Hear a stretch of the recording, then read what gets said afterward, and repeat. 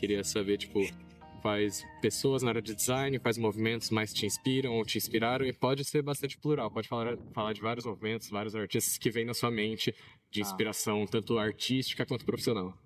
Mano, muito interessante, velho. Arte Nouveau, acho que é um movimento que me inspira bastante, assim. Eu acho que foi o último movimento que tinha muito desenho forte, assim, sabe? Então, da Arte Nouveau tem o Murra, que acho que é o principal expoente deles, assim. Ao mesmo tempo eu gosto de formas orgânicas, eu gosto muito de simplificações, assim, cara. De coisas muito simplificadas. Então eu gosto muito do Lendecker também, o pintor. Eu acho que me inspira bastante, cara. O que mais me inspirou, na verdade, foi videogame mesmo. Eu sempre gostei muito, né? Tipo, eu sempre joguei desde pequeno e sempre me pegou muito essa área do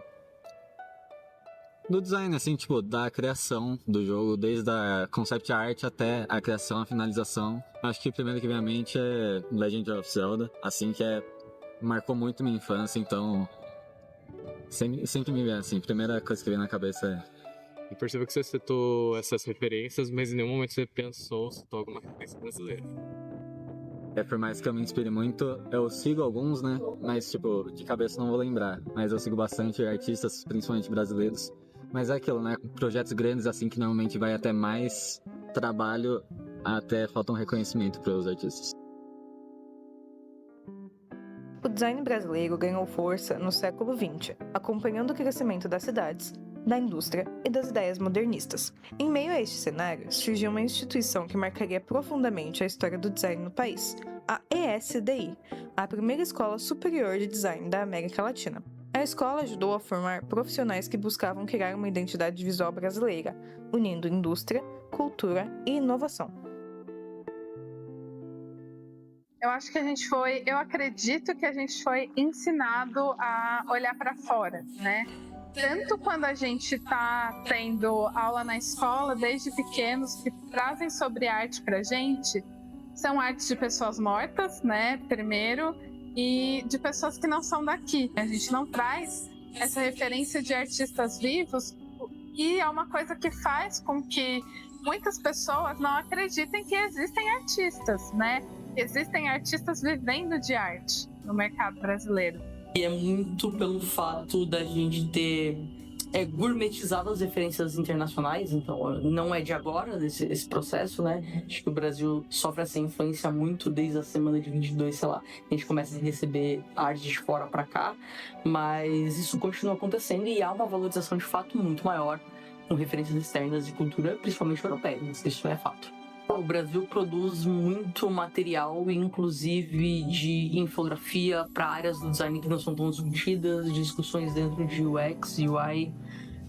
O Brasil tem um cenário bem importante e, assim, meu ponto de vista é total a importância, né? Inclusive a gente vem ganhando muita notoriedade fora, né? Com as premiações, participações de pesquisa principalmente. Querendo ou não, nós por sermos um país subdesenvolvido, eu sinto que muitas vezes a gente acaba se espelhando em coisas que são lá de fora e, como comentei aqui anteriormente de novo, e menos na solução aqui de dentro, né? Então, eu sinto que a influência do design europeu, a influência do design americano, alemão, ela recai muito sobre o Brasil. Só que eu sinto que nos momentos atuais a gente está tentando trazer um resgate dessa nossa cultura, um resgate daquilo que é mais pertencente a nós, né? Das nossas origens frente a essa questão de design e produção artística. De uma forma geral, a gente aprende design na faculdade, que é design funcionalista, a gente aprende design a partir do pós-guerra.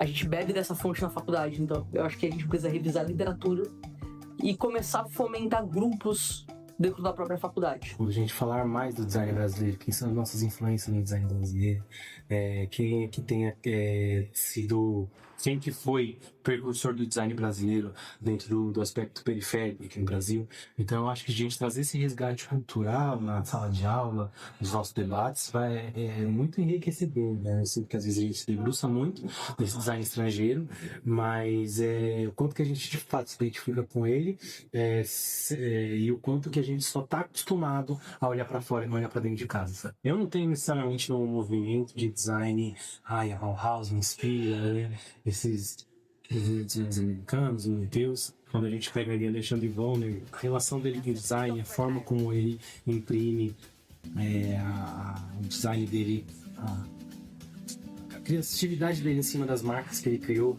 aqui no Brasil, né? Então são pessoas assim que me inspiraram muito, né? A Estela Farias, da FAO, ela é tipógrafa, tem um trabalho muito importante nessa área, também está na frente do núcleo de design de informação. O Kiko Farkas, gosto muito do trabalho dele, e tem um cara que para mim é uma referência muito grande em literatura, não só em trabalho, que é o Chico de Mello. Eu acho incrível, tem textos, precisou do aluno de design do Zavaleta. Eu fui influenciada pelo design na arquitetura, como a Lina Bobardi e os movimentos mesmo, como o modernismo brasileiro, que eu acho que foi bem importante.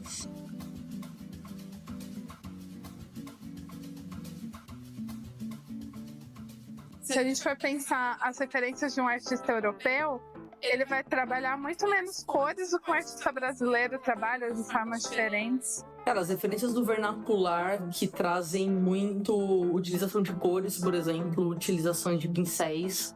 Eu acho que isso fala muito sobre o design brasileiro, essa de fato multicultura que a gente tem, essa mescla de cores e texturas, que isso funciona muito bem no Brasil e que a gente não utiliza isso na indústria, também muito pelo processo ali, né, de colonização, né, não é muito bem visto.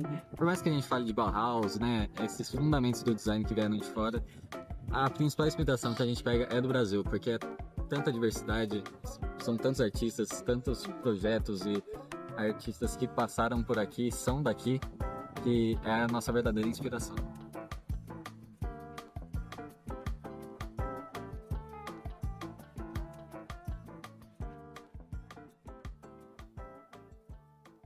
Descolonizar, para mim, parte do princípio de como eu faria se eu não tivesse referência nenhuma, né? Se a minha única referência fosse a minha vida. Porque eu acho que esse é o maior sentimento de descolonizar, é viver o Brasil, né? É viver sendo brasileira e entender que o recorte que eu vivo, só eu vivo aqui. Não é ir contra a cultura, é encontrar a sua própria cultura. É ir de frente com a sua cultura.